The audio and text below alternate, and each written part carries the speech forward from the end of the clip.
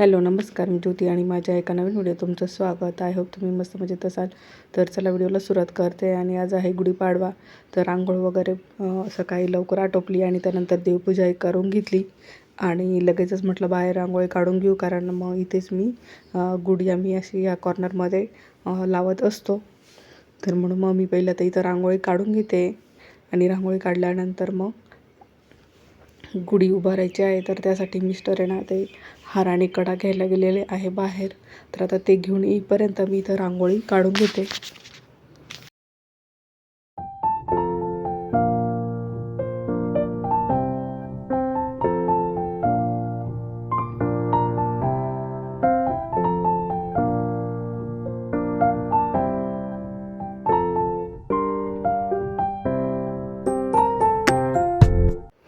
आणि माझी रांगोळी छान अशी काढून झाली आणि त्यानंतर मग मिस्टर पण आलेले होते हार कडा वगैरे घेऊन. तर आता गुढीला जी साडी वगैरे लावायची असते ते आता मी घरामध्येच बांधून घेतो आहे, कारण बाहेर रांगोळी काढलेली ना त्यामुळे तिथं जागा नाही. तर मग म्हणूनच आता पूर्ण गुढी ना मध्येच पूर्ण लावून घेतो आहे तिचं साडी हार कडा वगैरे. आणि त्यानंतर मग बाहेर डायरेक्ट दोरीने बांधून तिथं अशी लावतो साईडला. तर आता मिस्टर साडी वगैरे लावून घेतली आहे आणि आता हार कडा आणि तांब्या लावून घेत आहे.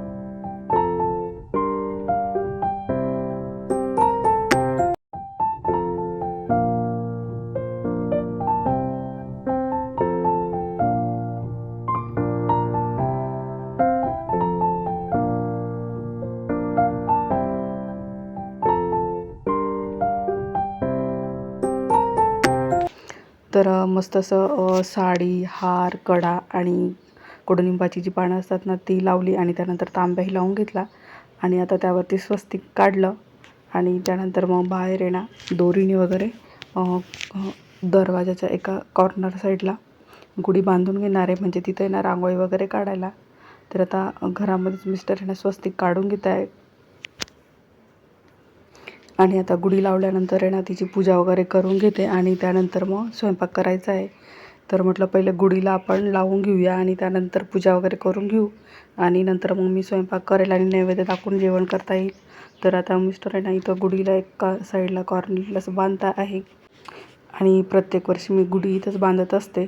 पण बघू आता पुढच्या वर्षी ना टेरेसला लावायची ठरवत आहोत, कारण टेरेसला भरपूर अशी मोकळी जागा आहे बाहेर. तर त्यामुळं मग तिथंच लावू, कारण इथं आहे ना थोडीशी अडचण होऊन होते रांगोळी वगैरे काढायला. तरी आता यावेळेला तर आम्ही इथंच लावली आहे. तर बघा आता अशी छान अशी गुढी दिसते.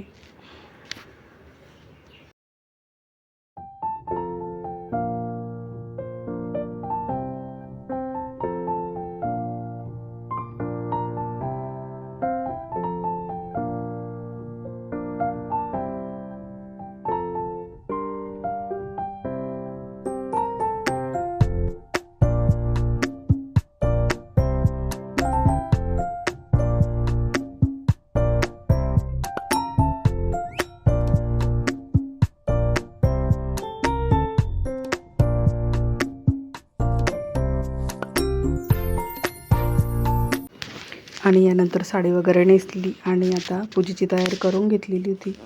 तर आता इथे गुढीची पूजा करून घेतो आणि त्यानंतर मग मला स्वयंपाक पण करायचा आहे.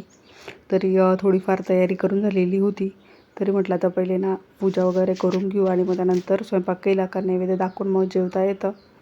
तर चला आता इथं गुढीची ना पूजा करून घेतो आहे.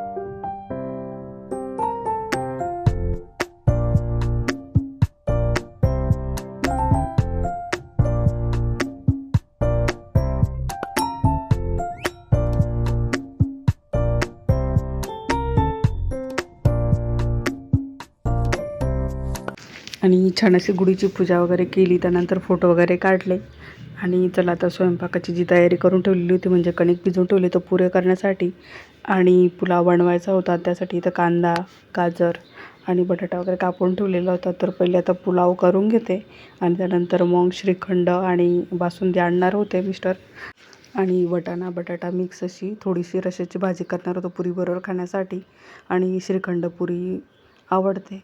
तर चला आता इथं पुलाव करून घेते.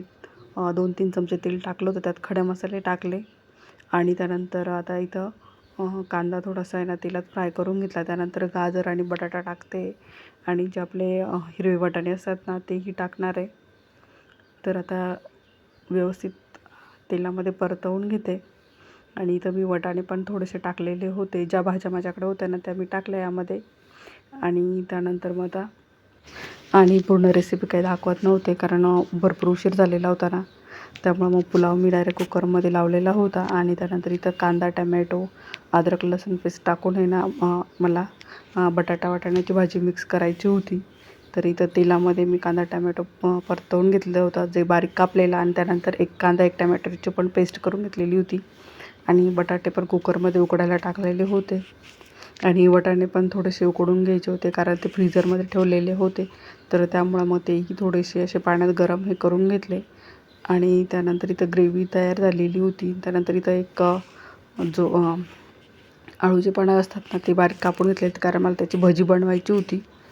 तर छान अशी इथं वाटाणा बटाट्याची मिक्स अशी छान पुरीबरोबर खाण्यासाठी भाजी तयार केलेली होती. तर पूर्ण मी असं पूर्ण डिटेल रेसिपी काही शेअर केलेल्या नाही आहे कारण खूप उशीर झालेला होता मला स्वयंपाक वगैरे करायला, त्यामुळं थोडंसं असं दाखवत होते.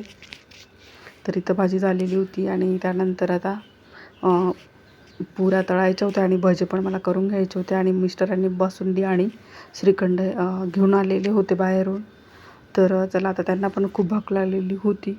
तर पहिले मी आता सर्व थोडंसं करून आहे ना गुढीला नैवेद्य दाखवून घेते आणि मग त्यानंतर आम्हाला पण जेवायला कारण आरवला पण भूक लागलेली होती. तर इथं छान असा व्हाईट पुलाव तयार झालेला होता आणि भजी मी इथं काढून घेते. तर आळूच्या पानाची भजी ना खूप छान लागतात. जसं आपण कधी वड्या करायचा कंटाळा आला तर अशी आपण बारीक कापून आहे ना तर त्याचे छान असे भजे कुरकुरीत मस्त होतात. तर इथं छोट्या पुऱ्या मी 5 काढून घेतल्या नैवेद्यासाठी. तर आता हेच ताट आहे ना मी गुढीला नैवेद्य म्हणून दाखवते आणि आता इथं मिस्टरांनी बासुंदी आणलेली होती ना तर तीही काढून घेते आणि थोडीशी नैवेद्यामध्ये ठेवते आणि मस्त आता इथं गुढीला नैवेद्य वगैरे दाखवून दिलेला आहे आणि आता मिस्टरांना पण भूक लागलेली होती तर आता त्यांचं ताट करते.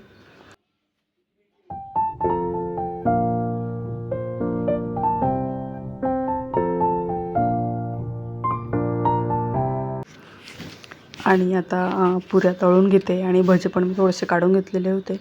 तर आता पहिले मिस्टरांना देते कारण आरवला पण भूक लागलेली होती. तर आता मिस्टर जेव्हा जेवतात मग त्याला पण खाऊ घालतात. तर मग आता मी त्यांचं ताट पहिले करत होते. देवाला जे ताट दाखवाल ना तर तेच मी मिस्टरांना देईल. तर पुऱ्या करताना पीठ असं आहे ना थोडंसं कडक 1-1.5 तास अगोदर मळून ठेवलं ना तर छान मस्त अशा पुऱ्या फुगतात. तर माझ्या जेवढ्या सर्व केलेल्या पुऱ्या ना मस्त अशा गोल फुगलेल्या होत्या. तर चला व्हिडिओ आवडला ना लाईक सबस्क्राईब नक्की करा. तर चला आता मिस्टरांना वाढते आणि आम्ही पण जेवायला घेतो.